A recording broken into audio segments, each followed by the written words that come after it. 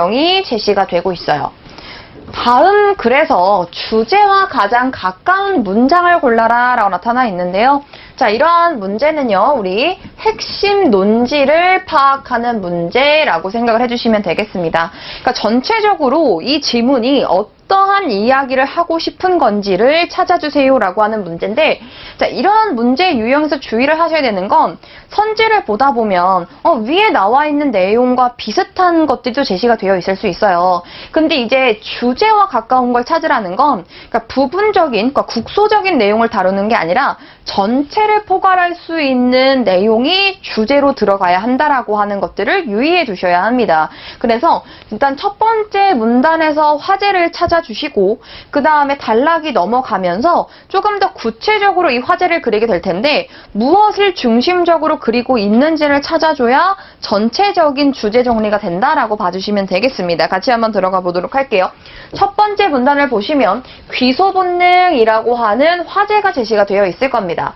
자, 귀소 본능은 동물이 자신의 서식 장소나 산란, 육아 등을 하던 곳에서 멀리 떨어져 있을 경우에 다시 돌아오는 성질을 이야기한다. 자, 근데 이 문단 끝을 보시면 그런 대표적인 예로 연어가 있다. 그러면 지금 이 귀소 본능이라고 하는 걸 설명해주고 싶은데 무엇을 가지고 설명을 할 거냐? 바로 이 연어라고 하는 생선을 통해서 설명을 해줄 것이다 라는 거예요. 그럼 일단은 첫 번째 문단에서 찾는 건 귀소 본능, 연어 이 두 가지의 핵심어는 또 우리가 활용을 해줘야 한다라는 뜻입니다.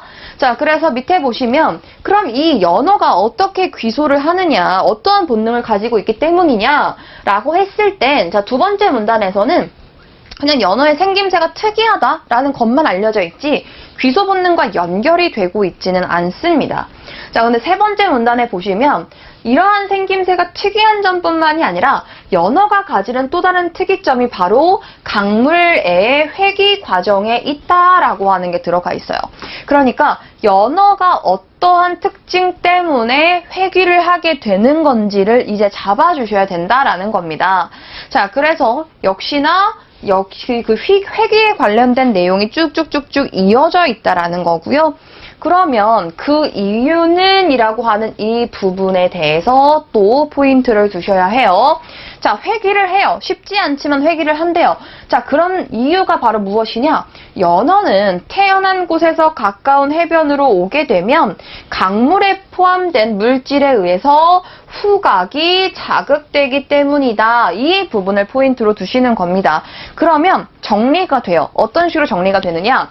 자, 귀소 본능을 연어를 가지고 설명할 텐데 연어의 어떤 특징 때문에 회귀를 하는 것이냐? 그 이유는 바로 연어가 가지고 있는 그 후각이 자극을 받으면서 여기서는 이 회귀가 이루어진다. 그러면 이 전체의 질문에 대한 정리가 끝난다라고 봐주시면 됩니다. 뭐 특이하게 생겼다. 뭐 회귀가 쉽지 않다. 이러한 것들은 그냥 구체적인 설명뿐이지 주제로서는 넣기에는 조금 이게 좀 부수적인 것들이다라고 생각을 해주시면 될 거고요. 따라서 밑에 있는 우리 선지를 확인해 보시면 4번이 정답이 되겠죠. 연어는 후각 자극에 의해서 고향으로 돌아오는 회귀 본능을 지닌다라고 하는 세 가지의 포인트가 전부 다 들어가 있는 4번을 정답으로 찾아주시면 되겠습니다. 나머지 선지를 보시면은요.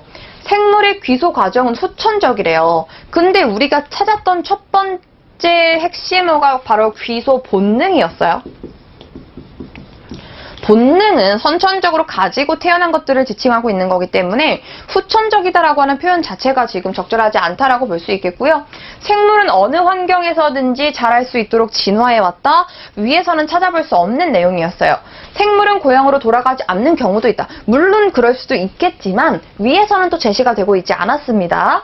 자, 연어의 독특한 생김새가 회귀 과정에 영향을 준다. 독특한 생김새에 대해서 나타나 있기는 했어요. 근데 그게 정확하게 무엇인지 핵심어가 거론이 되어 있지 않고요. 이 5번과 같은 내용 자체가 지금 부분적인 내용을 다루고 있는 거기 때문에 전체를 아우를 수 있는 주제로 삼기에는 좀 부적절하다라고 하는 선지가 바로 5번 선지로 보여질 수가 있겠습니다. 그래서 각 문단별로 핵심어나 아니면 핵심 문장을 찾아주시고 그 내용들이 전부 다 들어가 있는 선지를 찾아주시는 게 우리가 정답을 고르는 방법이다라고 볼 수 있겠습니다. 자, 그 다음 문제는 우리 8번과 9번 두 문제가 한 지문에 연결이 되어 있는데요. 자, 역시나 우리가 문제를 먼저 확인을 해봐야 되겠죠. 첫 번째 보시면 앞에 있는 그 주제 이끌어내는 거와 좀 비슷하게 들어가긴 하는데 이거는 단순히 하나의 주제만을 이끌어내고 있는 게 아니라 공통된 주제로 가장 적절한 것을 골라라 라고 하는 문제가 제시가 되어 있습니다. 자, 그러면은요, 아직은 우리가 지문을 접근하기 전이기 때문에 이 보기에서 볼 수 있는 주제를 먼저 정리를 하고 들어가는 게 조금 더 효율적이에요. 같이 보면요. 처음부터 우리나라의 전래된 때는 정확하게 알 수가 없대요. 자, 그러면 아직까지 무엇에 대한 설명인지는 우리가 확인해보지 않았으나 그것에 대한 전래와 관련된 내용이 이어지고 있습니다. 자, 하지만 삼국사기의 신문왕 때 기록이 김치의 존재를 유추할 수 있는 우리나라 최초의 기록이라고 할 수 있대요. 아, 그러면 지금까지 이 김치라고 하는 우리 식문화죠. 거기에 전래를 찾아보자라고 하는 거였는데, 자, 이와 같이 정리가 되어 있는 이 문장 중심으로 한번 보도록 하겠습니다. 자, 김치는 절임 채소류를 모태로 삼국에서 비슷한 형태로 출발을 했어요. 그러니까 어느 특정 나라의 문화, 식문화는 아니었다라는 거죠. 자, 고려시대에 접어들면서 점차 독창적인 형태로 발전해 나갔습니다. 라고 하는 게 여기서의 우리가 포인트라고 볼 수 있겠습니다. 김치라고 하는 게 삼국에서 비슷한 형태로 출발했지만 고려까지 오게 되면서 독특한 형태로 발달이 됐고 그러면서 계속 이어지게 되었다라고 하는 게 지금 쭉 설명이 되고 있네요. 자, 그럼 이걸 가지고 먼저 밑에 있는 선지를 지워내시는 거예요. 관련이 없는 것들, 전통문화의 현대문화 요소를 조화롭게 가미해야 된다. 지금 전래와 관련된 내용인데 조화와 관련된 것들은 우리가 복이 있는 내용과는 관련이 없다라고 볼 수가 있겠습니다. 외래 문화를 주체적으로 수용을 해야 한다라고 하는 거 우리가 남겨두셔야 되겠죠. 왜냐하면 애초에 어느 한 나라, 우리가 지금 고려에서부터 조선으로 계속 이어져 오고 있지만 거기서부터 시작이 한 게 아니라 그랬어요. 삼국에서 비슷한 형태로 출발이 되었다라고 했기 때문에 역시나 하나의 외래 문화라고 볼 수도 있다라는 거죠. 자, 그러면 2번은 그대로 두시고 우리 문화의 세계화를 적극적으로 추진을 해야 한다. 세계화와 관련된 내용이 역시나 나타나 있지 않습니다. 외래 문화는 수용 여부와 상관없이 우리나라에 들어오면 우리 문화가 된대요. 자, 근데 수용 여부와 상관없이라고 하는 말을 하기에는 독창적인 형태로 발전되었다라고 하는 이 포인트가 눈에 걸리기 때문에 수용 여부는 상관이 있습니다. 주체적으로 독창적으로 발전을 시켜야 한다라고 연결이 돼야 된다라는 거죠. 한국의 음식 문화는 토종 음식을 바탕으로 한다. 전래가 수용해가지고요, 접어들면서 독창적인 형태로 발전했다. 토종 음식을 발달로 한다라고 하는 것도 역시나 말이 안 되는 내용이네요. 그러면 우리가 사실 앞에 있는 내용과 공통점을 찾아보지 않아도 이 보기와 관련해서는 나머지의 선지가 들어맞지 않아요. 2번만이 지금 남아있는 선지이기 때문에 정답이 될 수밖에 없는 상황입니다. 그러면 그래도 조금의 그 찝찝함을 우리가 해결해내기 위해서는 외래문화를 주체적으로 수용해야 한다라고 하는 이 주제를 가지고 앞에 있는 지문에 이제 적용을 해보시는 건데요. 앞에 있는 지문을 보시면 짜장면과 관련된 내용이 나타나 있습니다.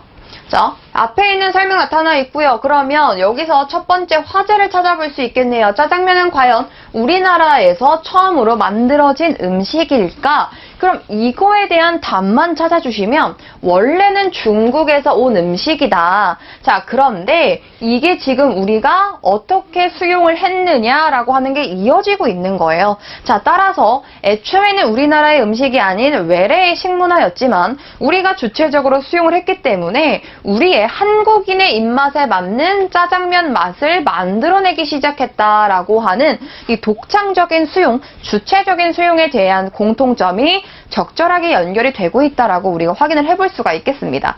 따라서 8번에 우리 공통된 주제 찾기는 보기를 활용해서 먼저 제시가 되고 있는 선지 중에 말이 안 되는 것들, 어긋나는 것들을 먼저 지워주시고 나머지의 선지를 가지고 지문에 대입을 해보면서 공통점을 찾아주시면 되겠습니다. 자, 그 다음에 이제 우리 9번 문제 역시나 앞에 있는 지문을 활용을 해야 하는데요. 문제 유형을 보시면 체크가 되어 있는 기억과 전개 방식이 가장 유사한 것을 골라라 라고 하는 게 제시가 되어 있습니다. 자, 근데 밑에 보면은요, 아까와 달리 전개 방식을 알려주는 게 아니라 이미 기억에서 우리가 전개 방식을 알아야 하고 그 알아낸 전개 방식이 사용되고 있는 예문을 우리가 찾아야 하는 앞에 있는 전개 방식보다는 조금 더 활용된 문제라고 봐주셔야 되겠습니다. 자, 그러면 기억에 있는 전개 방식이 바로 무엇인지를 먼저 체크를 해보면은요. 자, 중국의 짜장면은 다 짠맛이 강하고 특유의 그 향신료 맛도 강하다. 자, 그에 비해서 한국인의 짜장면은 맛이 많이 달다. 그러면 지금 이 맛이라고 하는 측면을 기준에 두고요. 중국의 짜장면과 한국의 짜장면을 지금 비교하고 있다라고 하는 걸 찾아볼 수가 있겠습니다. 그래서 이 비교라고 하는 전개 방식은요, 기본적으로 공통점과 차이점을 견주는 방식, 이렇게 생각을 해주시면 되겠습니다. 그래서 이 짜장면이라고 하는 걸 기준을 두고 중국의 특징, 그 다음에 한국의 특징, 그에 비해라고 하는 접속 표지를 사용을 하면서 연결을 해 두었습니다. 자, 그래서 우리 9번에서 비교가 나타나고 있는 선지를 찾아주시면 될 텐데요. 자, 먼저 1번을 보시면 법당나무 뒤편에는 무엇이 있고요. 그 다음에 그 대나무 숲에서는 고양이들의 울음소리가 이따금씩 들려오고 있다. 마치 그림을 설명해주는 것처럼 나타나고 있기 때문에 첫 번째 선지는 묘사의 전개 방식이라고 볼 수 있겠습니다. 자, 문학의 종류에는 무엇이 있을까? 자, 우선 문학의 장르를 시, 소설, 수필, 희곡, 비평 등으로 나눌 수 있다라고 나타나 있습니다. 자, 나누는 것들 우리 분류의 방식이라고 볼 수가 있겠네요. 어떠한 기준을 두고요. 비슷한 것끼리 나누는 것들, 우리가 조금 더 하위 갈래로 가르는 것들이라고 생각해 주시면 되겠습니다. 자, 분류의 방식이었고요. 3번 보시면 동물들은 울음소리로서 서로의 생각을 교환한다. 그래서 어떻게 하느냐, 예컨대라고 하는 예시가 제시가 되어 있죠. 어떤 식으로 나타내주고 있습니까? 구체적인 예시를 알려주고 있는 전개 방식이었어요. 자, 흔히 인생을 장거리 경주에 비유하는데 이것을 쉽게 설명하기 어려운 인생의 한 면에 유추해서 나타나 있어요. 어떠한 특정한 현상을 설명할 건데 조금 더 일반화시키는 과정이라고 생각을 해주시면 되겠습니다. 근데 이 두 가지 특정한 현상과 일반화 현상을 이제 비교를 할 때 보면은요, 항상 비슷한 게 있기 때문에 유추가 가능하다라고 하는 걸 잘 생각해 두셔야 돼요. 자, 근데 유추라고 하는 걸 이미 알려주고 있기 때문에 더 이상 볼 것도 없습니다. 유추의 전개 방식이었고, 따라서 정답은 이제 5번이 될 텐데요. 사람과 식물은 모두 계절을 구분하는데 공통점이죠. 사람은 흔히 기온으로 봄, 여름, 가을, 겨울을 구분하지만 식물은 이와는 다른 방법으로 계절을 구분한다. 바로 밤과 낮의 길이다라고 하는 또 계절을 구분하는 차이점에 관련돼서 공통점과 차이점이 같이 견주어져 있는 5번을 앞에 사용된 비교의 전개 방식으로 찾아주시면 되겠습니다. 자, 우리가 지금 풀어야 되고 있는 한 지문에서 두 문제가 제시가 되어 있지만 그냥 각각의 문제를 푼다라고 생각을 해주시고요. 문제 유형만